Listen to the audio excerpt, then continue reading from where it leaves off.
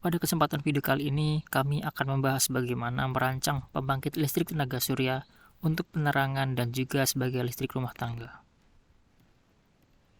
Sebelum masuk ke perancangan, apa itu pembangkit listrik tenaga surya? Pembangkit listrik tenaga surya merupakan pembangkit listrik yang ramah lingkungan dengan memanfaatkan cahaya matahari yang kemudian diubah menjadi energi listrik melalui alat panel surya. Sistem panel surya memiliki beberapa jenis, yaitu pertama on-grid. Sistem on-grid merupakan pembangkit listrik tenaga surya yang tersambung dengan jaringan listrik, yang dimana harus ada izin dengan pihak PLN jika menggunakan sistem on-grid ini. Yang kedua, off-grid, yaitu pembangkit listrik tenaga surya yang tidak tersambung dengan listrik PLN. Sistem off-grid menggunakan baterai sebagai tempat penyimpanan energi listriknya yang dihasilkan oleh panel surya. Yang ketiga, sistem hybrid, yaitu pembangkit listrik tenaga surya yang merupakan sistemnya gabungan dari sistem on-grid dan juga sistem off-grid. Tetapi harus juga menggunakan izin dari pihak PLN, walaupun sistem hybrid ini juga menggunakan sistem penyimpanan baterai. Jenis sistem panel surya yang kita gunakan yaitu sistem off-grid, yang dimana pembangkit listrik tenaga surya yang sifatnya off-grid ini tidak tersambung dengan pihak PLN. Off-grid menggunakan baterai sebagai tempat penyimpanan energi listrik yang dihasilkan panel surya. Untuk cara kerjanya, panel surya mengubah cahaya matahari menjadi energi listrik, kemudian dialirkan ke solar charge control. Fungsi solar charge control adalah untuk pengisian baterai atau aki dan juga sebagai pengurasan aki atau baterai yang kemudian akan dialirkan ke inverter. Fungsi inverter adalah untuk mengubah arus DC ke arus AC yang nantinya akan digunakan sebagai untuk menghidupkan perangkat elektronik. Adapun beberapa komponen yang dapat digunakan dalam merancang pembangkit listrik tenaga surya off-grid. Yang pertama yaitu panel surya. Panel surya merupakan alat yang dapat mengubah cahaya matahari menjadi energi listrik. Yang kedua, solar charge control, yaitu sebagai pengatur pengecasan aki atau baterai dan juga sebagai pengatur pengurasan baterai atau aki. Yang kedua, baterai, yaitu fungsinya untuk menyimpan energi listrik yang dihasilkan dari panel surya. Komponen yang terakhir yaitu inverter, yaitu berfungsi untuk mengubah arus DC ke AC. Kenapa harus diubah arus DC ke AC? Karena rata-rata alat perangkat elektronik yang digunakan di rumah tangga merupakan perangkat elektronik yang menggunakan arus AC. Langkah pertama yang dilakukan dalam merancang pembangkit listrik tenaga surya off-grid adalah yaitu menghitung beban daya atau watt listrik harian. Di sini kami memberikan contoh perangkat elektronik, yaitu ada 3 buah lampu dan 1 TV. Di mana lama waktu menyala dalam sehari lampu pertama yaitu 5 jam, lampu kedua lama menyala 6 jam, lampu 3 lama menyala dalam sehari yaitu 8 jam, dan TV menyala dalam 1 hari yaitu 5 jam. Untuk watt atau daya elektronik yang pada lampu 1 yaitu 50 watt, watt lampu 2 30 watt, lampu 3 25 watt, dan TV dengan besar 90 watt.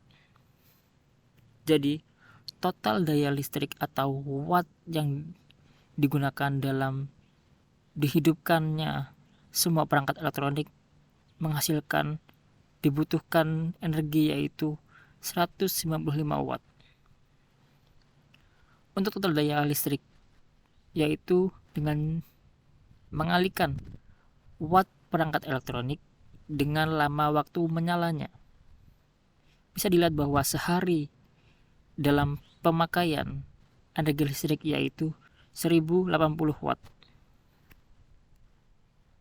Setelah menghitung total daya harian yang dipakai, selanjutnya yaitu menghitung optimal panel surya.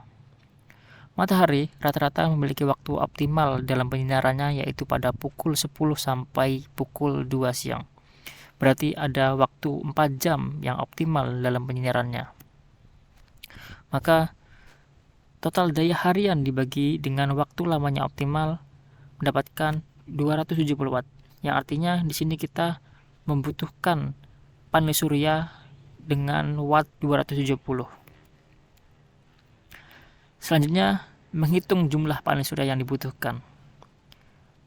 Di pasaran ada tersedia panel surya dengan 50 watt, 100 watt, dan 200 watt, dan selanjutnya. Di sini kita menggunakan watt 100 watt peak digunakan untuk memudahkan perhitungan. Dalam menghitung jumlah panel surya, di sini kita bisa dengan cara jumlah optimal waktu panel surya dibagi dengan panel surya yang kita gunakan. Jadi 270 watt dibagi 100 watt, maka didapatkan 2,7. Karena masih bulat, maka kita bulatkan menjadi 3 buah. Maka panel surya yang dibutuhkan dalam perancangan ini yaitu 3 buah. Selanjutnya yaitu menghitung kapasitas penyimpanan baterai. Di sini kami menggunakan aki 12 volt 7 ampere sebagai penyimpanan energi listriknya. Untuk menghitung kapasitas penyimpanan baterai yaitu dengan cara total daya harian dibagi dengan watt baterai.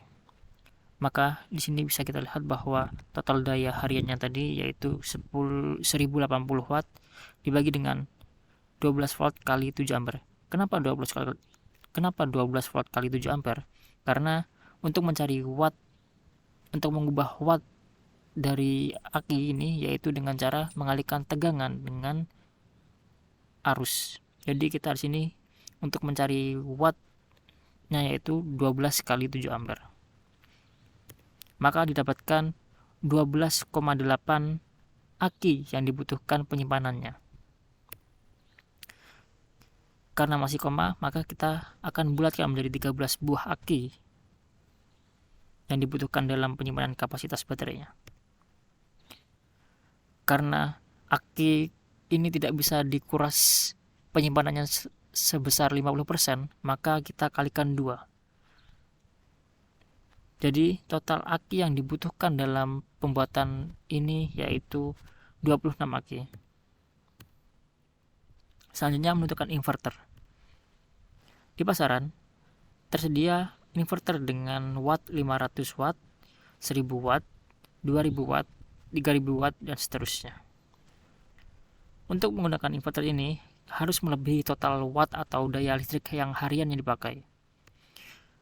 Bisa kita lihat bahwa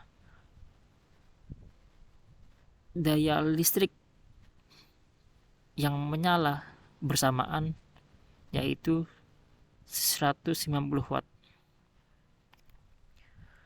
Maka di sini kita bisa menggunakan inverter dengan besar watt yaitu 500 watt. Selanjutnya itu menentukan solar charge controller. Fungsi solar charge controller adalah untuk pengatur pengisian baterai atau aki dan juga sebagai pengatur pengurasan aki atau baterai. Untuk menentukannya, di sini kita bisa melihat bahwa spesifikasi panel surya kita bisa lihatnya di belakang panel suryanya.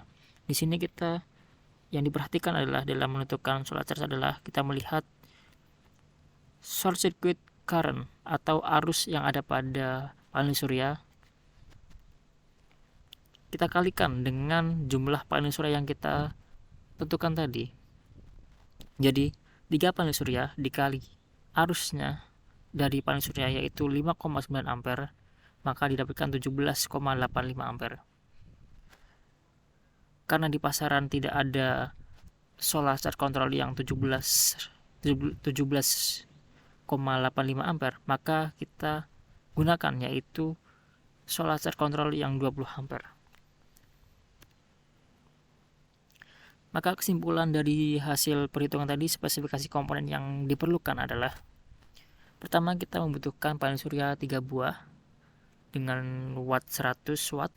Kemudian solar charge control dengan ampere 20 ampere.